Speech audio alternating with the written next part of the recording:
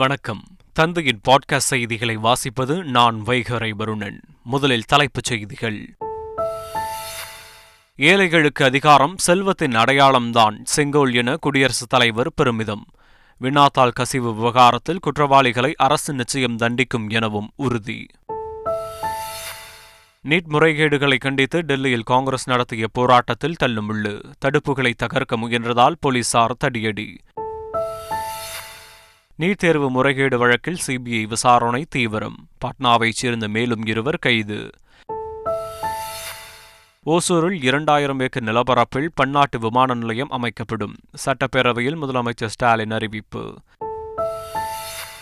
கண் கருவழி சரிபார்ப்பு முறை விரைவில் அனைத்து ரேஷன் கடைகளிலும் செயல்படுத்தப்படும். கூட்டுறவுத்துறை அமைச்சர் சக்கரபாணி தகவல். கூட்டுறவு சங்கங்களுக்கு விரைவில் தேர்தல் நடத்த நடவடிக்கை. சட்டப்பேரவையில் அமைச்சர் பெரிய கருப்பன் அறிவிப்பு. சட்டப்பேரவையில் கள்ளக்குறிச்சி சம்பவம் குறித்து பேச வாய்ப்பளிக்கவில்லை. எதிர்க்கட்சித் தலைவர் எடப்பாடி பழனிசாமி குற்றச்சாட்டு. 10 மற்றும் 12ஆம் வகுப்பு பொதுத் தேர்வில் அதிக மதிப்பெண் பெற்ற மாணவ மாணவிகளுக்கு இன்று பாராட்டு விழா. தமிழக வெற்றிக் கழகம் சார்பில் சென்னையில் சிறப்பு ஏற்பாடு. இலங்கையில் சிறையில் உள்ள தமிழக மீனவர்களை விடுவிக்க இந்திய தூதரக அதிகாரிகள் நடவடிக்கை எடுத்து வருகின்றனர். முதலமைச்சர் ஸ்டாலினுக்கு எழுதிய கடிதத்தில் வெளியுறவுத்துறை அமைச்சர் ஜெய்சங்கர் பதில். T20 உலகக்கோப்பை கிரிக்கெட் இறுதிப் போட்டிக்குள் நுழைந்தது இந்தியா. அரையிறுதியில் இங்கிலாந்தை 68 ரன்கள் வித்தியாசத்தில் வீழ்த்தி அசத்தல். இனி விரிவான செய்திகள். கண் கருவெளி சரிபார்ப்பு முறை விரைவில் அனைத்து ரேஷன் கடைகளிலும் செயல்படுத்தப்படும் என கூட்டுறவுத்துறை அமைச்சர் சக்கரபாணி தெரிவித்துள்ளார். சட்டப்பேரவையில் மானிய கோரிக்கை விவாதத்தில் பதிலளித்த பேசிய அவர், ஒரு சில இடங்களில் பயோமெட்ரிக் கைரேகை வேலை செய்யாத போது ரேஷன் பொருட்களை வாங்குவதில் தாமதமும் சிரமமும் ஏற்பட்டதாக தெரிவித்தார். தமிழகத்தில் இதுவரை 9182 கடைகளில் கண் கருவெளி சரிபார்க்கும் முறை கொண்டுவரப்பட்டுள்ளதாகவும் எஞ்சிய கடைகளிலும் இன்னும் சில மாதங்களில் கொண்டுவரப்படும் என அமைச்சர் தெரிவித்தார். சட்டப்பேரவையில் 110 விதியின் கீழ் முதலமைச்சர் ஸ்டாலின் இன்று பல்வேறு புதிய அறிவிப்புகளை வெளியிட்டார்.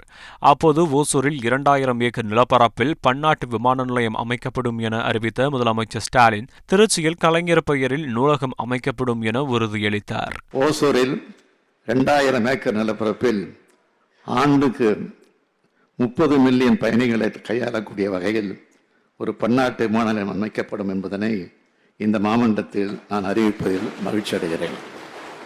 காவேரி கரையில் அமைந்த மாநகரமான திருச்சிராப்பள்ளி மாநகரில் உலகத்தரம் வாய்ந்த மாபெரும் நூலகம் மற்றும் அறிவுசார் மையம் கலைஞர் பெயரால் அமைக்கப்படும்.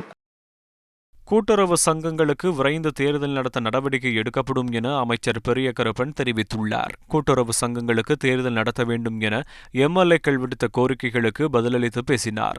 அதிமுக ஆட்சியின் போது கூட்டுறவு சங்கங்களின் உறுப்பினர்கள் 63,22,288 பேர் தகுதி நீக்கம் செய்யப்பட்டுள்ளதால் உறுப்பினர்களின் விவரங்கள் மறுசீரமைப்பு செய்யப்பட்டு வருவதாக கூறினார். இதற்கான பணிகள் 59% மட்டுமே நிறைவடைந்துள்ளதாக கூறிய அமைச்சர், நேர்மையாக ஜனநாயக முறையில் தேர்தல் நடத்த வேண்டும் என்பதால் காலதாமதம் ஏற்படுவதாக தெரிவித்தார். ரேஷன் கடைகளில் அரிசியை பேக்கிங் செய்து பாக்கெட்டுகளில் வழங்க தனியார் பங்களிப்புடன் நவீன அரிசி ஆலைகள் அமைக்கப்பட்டுள்ளதாக உணவுத்துறை அமைச்சர் சக்கரபாணி தெரிவித்துள்ளார். இது தொடர்பாக சட்டமன்றத்தில் எம்எல்ஏக்கள் சீனிவாசன் மற்றும் அசோகன் பேசியதற்கு பதிலளித்த அவர், பேக்கிங் செய்து வழங்கப்படும் அரிசிக்கு ஒன்றிய அரசு GST வரி விதிப்பதாக கூறினார். மேலும் இது தொடர்பாக முதலமைச்சருடன் ஆலோசனை நடத்தி தமிழ்நாடு அரசு நடவடிக்கை எடுக்கும் என்றும் அவர் கூறினார். கோவையில் பன்னாட்டு கிரிக்கெட் ஸ்டேடியம் அமைப்பதற்கான பணிகள் இந்த ஆண்டு தொடங்கப்படும் என அமைச்சர் உதயநிதி ஸ்டாலின் தெரிவித்துள்ளார். சட்டப்பேரவையில் விளையாட்டு மேம்பாட்டுத்துறை மானிய கோரிக்கை மீதான விவாதத்திற்கு பதிலுரை அளித்த அவர், 33 விளையாட்டு உபகரணங்களை கொண்ட கலைஞர் ஸ்போர்ட்ஸ் கிட் அனைத்து கிராம பஞ்சாயத்துகளுக்கும் வழங்கப்படும் என்றார். 9 சட்டமன்ற தொகுதிகளில் மினி ஸ்டேடியம் கட்டும் பணிகள் மேற்கொள்ளப்பட்டு வருவதாக கூறிய உதயநிதி ஸ்டாலின், மற்ற தொகுதிகளில் ஆய்வு செய்து மினி ஸ்டேடியம் அமைக்க நடவடிக்கை மேற்கொள்ளப்படும் என்று உறுதியளித்தார். சேலம் மாவட்டத்தில் 20 கோடி ரூபாய் மதிப்பீட்டில் மல்டிபர்பஸ் ஸ்போர்ட்ஸ் ஸ்டேடியம் அமைக்கும் பணிக்கு ஒப்பந்த புள்ளி கோரப்பட்டுள்ளதாகவும் அடுத்த மாதத்திற்குள் பணிகள் தொடங்கப்படும் என்றும் குறிப்பிட்டார். மேலும் கோவையில் பன்னாட்டு கிரிக்கெட் ஸ்டேடியம் அமைப்பதற்கான பணிகள் இந்த ஆண்டு தொடங்கப்படும் என்றும் அமைச்சர் உதயநிதி உறுதிபட தெரிவித்தார். சட்டப்பேரவையில் கள்ளக்குறிச்சி சம்பவம் குறித்து பேச எதிர்க்கட்சிகளுக்கு வாய்ப்பு மறுக்கப்படுவதாக எதிர்க்கட்சித் தலைவர் எடப்பாடி பழனிசாமி குற்றம் சாட்டியுள்ளார். கள்ளக்குறிச்சி விசச்சாராயம் சம்பவத்தை சிபிஐ விசாரணைக்கு மாற்றக்கோரி சென்னை எழும்பூரில் அதிமுக சார்பில் உண்ணாவிரத போராட்டம் நடைபெற்றது. எதிர்க்கட்சித் தலைவர் எடப்பாடி பழனிசாமி தலைமையில் முன்னாள் அமைச்சர்கள், எம்எல்ஏக்கள் கலந்து கொண்டனர். அப்போது தேமுதிக பொதுச் செயலாளர் பிரேமலதா விஜயகாந்த் நேரில் வருகை தந்து அதிமுக போராட்டத்திற்கு ஆதரவு தெரிவித்தார். பின்னர் சிபிஐ விசாரணை கோரி அதிமுகவினர் முழக்கங்களை எழுப்பினர். தொடர்ந்து பேசிய எடப்பாடி பழனிசாமி, எதிர்க்கட்சிகளுக்கு விதிகள் அடிப்படையில் பேச அனுமதி மறுக்கப்படுவதாகவும், ஆனால் கேள்வி நேரத்தில் 15 நிமிடம் முதல்வர் பேசுவது எந்த விதத்தில் நியாயம் என்று கேள்வி எழுப்பினார். மேலும் கள்ளக்குறிச்சி விசச்சாராய விவகாரத்தில் சிபிஐ விசாரணை நடத்தினால்தான் உண்மை குற்றவாளிகள் தண்டிக்கப்படுவார்கள் என்றார். முதலமைச்சர் திரு ஸ்டாலின் சொல்றாரு, நாங்க சிபிசிஐடி நியமிக்கப்பட்டு விட்டோம், உண்மை குற்றவாளியை கண்டுபிடிக்கணும்னு சொல்லி ஒரு 4-5 பேர்த்த பிடிச்சு போட்டிருக்காரு. அதனால எந்த பயனும் கிடைக்க போறதில்ல. ஏன்னா இது மாநில அரசாங்கத்துக்கு உட்பட்டவர்கள் தான் இதுல அடங்கி இருக்கிறாங்க.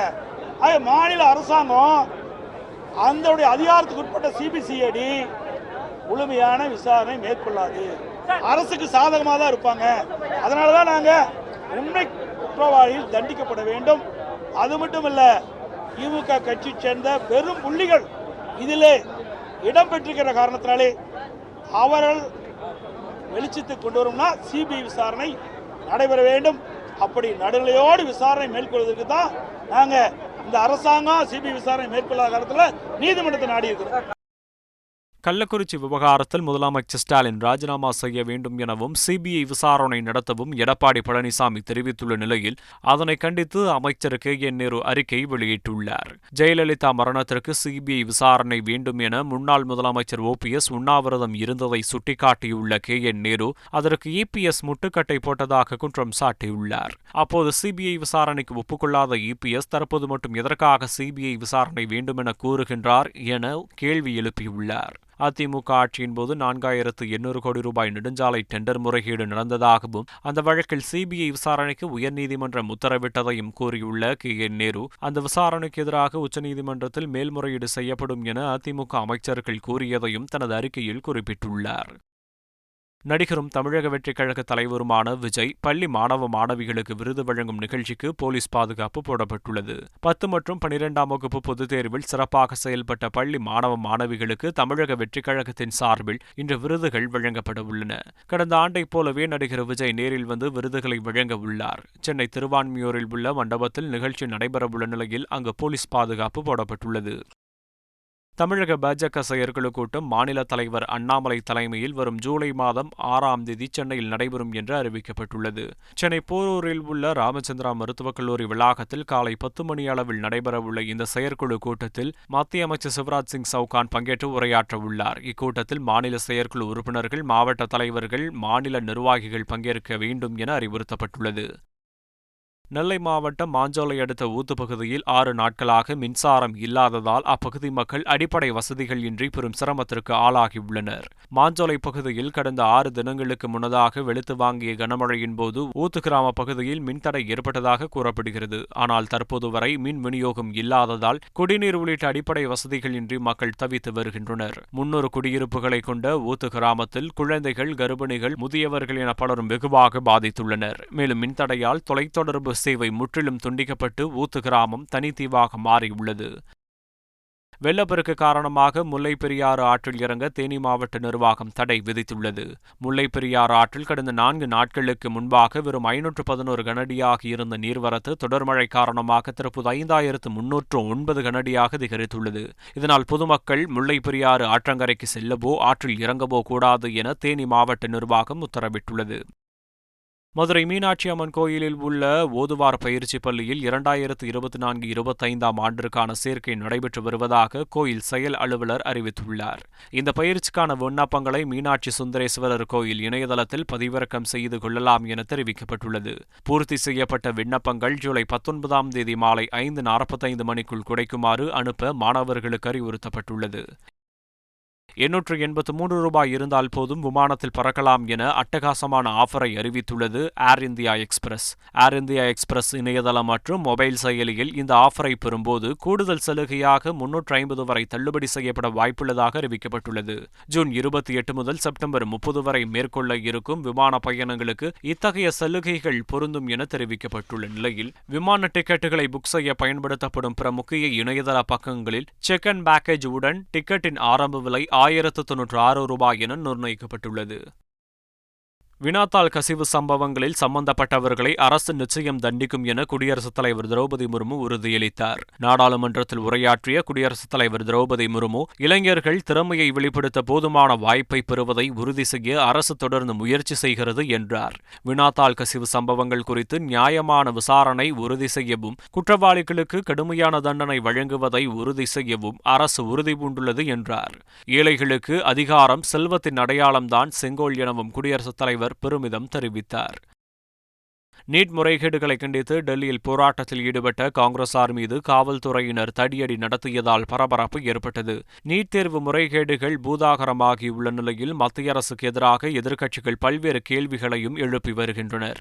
அதே நேரத்தில் தலைநகர் டெல்லியில் காங்கிரஸ் கட்சியினர் ஜந்தர் மந்தர் பகுதியில் போராட்டங்களில் ஈடுபட்டனர். தடுப்புகள் மீது ஏறி ஆர்ப்பாட்டம் நடத்தியதால் காவல்துறையினருடன் தள்ளுமுள்ளி ஏற்பட்டது. அதைத் தொடர்ந்து போராட்டத்தில் ஈடுபட்டவர்கள் மீது காவல்துறையினர் தடியடி நடத்தியதால் பரபரப்பான சூழல் ஏற்பட்டது. பின்னர் போராட்டத்தில் ஈடுபட்டவர்களை காவல்துறையினர் கைது செய்து பேருந்தில் ஏற்றிச் சென்றனர். நீட் தேர்வு முறைகேடு தொடர்பாக மேலும் 2 பேரை சிபிஐ கைது செய்துள்ளது. பீகாரில் மும்முரமாக நடைபெற்ற விசாரணையில் பாட்னாவைச் சேர்ந்த மணிஷ் பிரகாஷ், ஆசுதோஷ் குமார் ஆகியோர் கைது செய்யப்பட்டுள்ளனர். ஏற்கனவே இந்த விவகாரத்தில் பல்தேவ் குமார், முகேஷ் குமார் ஆகிய இருவர் கைது செய்யப்பட்டு சிபிஐ காவலில் இருந்து வருவது குறிப்பிடத்தக்கது. மக்களவை சபாநாயகர் ஓம் பிர்லாவை எதிர்க்கட்சித் தலைவர் ராகுல் காந்தி மரியாதை நிமித்தமாக நேரில் சந்தித்தார். எதிர்க்கட்சித் தலைவராக ராகுல் காந்தியை அங்கீகரித்த சபாநாயகர் ஓம் பிர்லா அவையில் அவருக்கு வாழ்த்து தெரிவித்தார். அதனைத் தொடர்ந்து இந்தியா கூட்டணி எம்பிக்களுடன் சபாநாயகரின் அறைக்கு நேரில் சென்று ராகுல் காந்தி நன்றி தெரிவித்தார். இந்த சந்திப்பின் போது எமர்ஜென்சி குறித்த தீர்மானம் கொண்டு வந்தது தொடர்பாக ராகுல் காந்தி அதிருப்தி தெரிவித்ததாகவும், சபாநாயகர் இதனை தவிர்த்து இருக்கலாம் என கூறியதாகவும் தகவல் வெளியாகியுள்ளது. மக்களவையிலிருந்து செங்கோலை அகற்ற வேண்டும் என சபாநாயகருக்கு சமாஜ்வாதி கட்சி எம்பி RK சௌத்ரி கடிதம் எழுதியுள்ளதற்கு மத்திய இணையமைச்சர் எல் முருகன் கண்டனம் தெரிவித்தார்.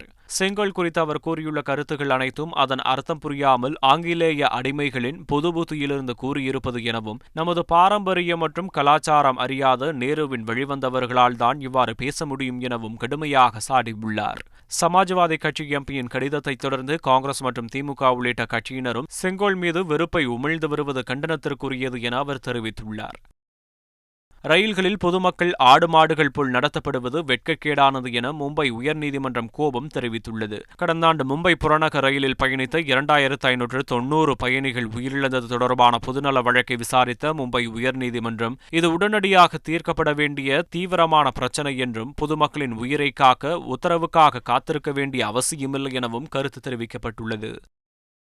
T20 உலகக்கோப்பை தொடரில் இங்கிலாந்து அணியை அரையிறுதியில் வீழ்த்தி இறுதிப் போட்டிக்கு முன்னேறியது இந்தியா. முதலில் பேட்டிங் செய்த இந்திய அணி 20 ஓவர்களில் 171 ரன்கள் எடுத்தது. அதிகபட்சமாக ரோஹித் சர்மா 57 ரன்கள் எடுத்தார். இங்கிலாந்து அணி தரப்பில் கிறிஸ் ஜோர்டான் 3 விக்கெட்டுகளை கைப்பற்றினார். அடுத்து பேட்டிங் செய்த இங்கிலாந்து 16.4 ஓவர்களில் 103 ரன்களுக்கு ஆல் அவுட் ஆனது. இதையடுத்து இந்திய அணி 68 ரன்கள் வித்தியாசத்தில் அபார வெற்றி பெற்றது. மீண்டும் தலைப்புச் செய்திகள். ஏழைகளுக்கு அதிகாரம் செல்வத்தின் அடையாளம்தான் செங்கோல் என குடியரசுத் தலைவர் பெருமிதம். வினாத்தாள் கசிவு விவகாரத்தில் குற்றவாளிகளை அரசு நிச்சயம் தண்டிக்கும் எனவும் உறுதி. நீட் முறைகேடுகளை கண்டித்து டெல்லியில் காங்கிரஸ் நடத்திய போராட்டத்தில் தள்ளுமுள்ளு. தடுப்புகளை தகர்க்க முயன்றதால் போலீசார் தடியடி. நீட் தேர்வு முறைகேடு வழக்கில் சிபிஐ விசாரணை தீவிரம். பாட்னாவைச் சேர்ந்த மேலும் 2 கைது. ஓசூரில் 2000 ஏக்கர் நிலப்பரப்பில் பன்னாட்டு விமான நிலையம் அமைக்கப்படும். சட்டப்பேரவையில் முதலமைச்சர் ஸ்டாலின் அறிவிப்பு. கண் கருவழி சரிபார்ப்பு முறை விரைவில் அனைத்து ரேஷன் கடைகளிலும் செயல்படுத்தப்படும். கூட்டுறவுத்துறை அமைச்சர் சக்கரபாணி தகவல்.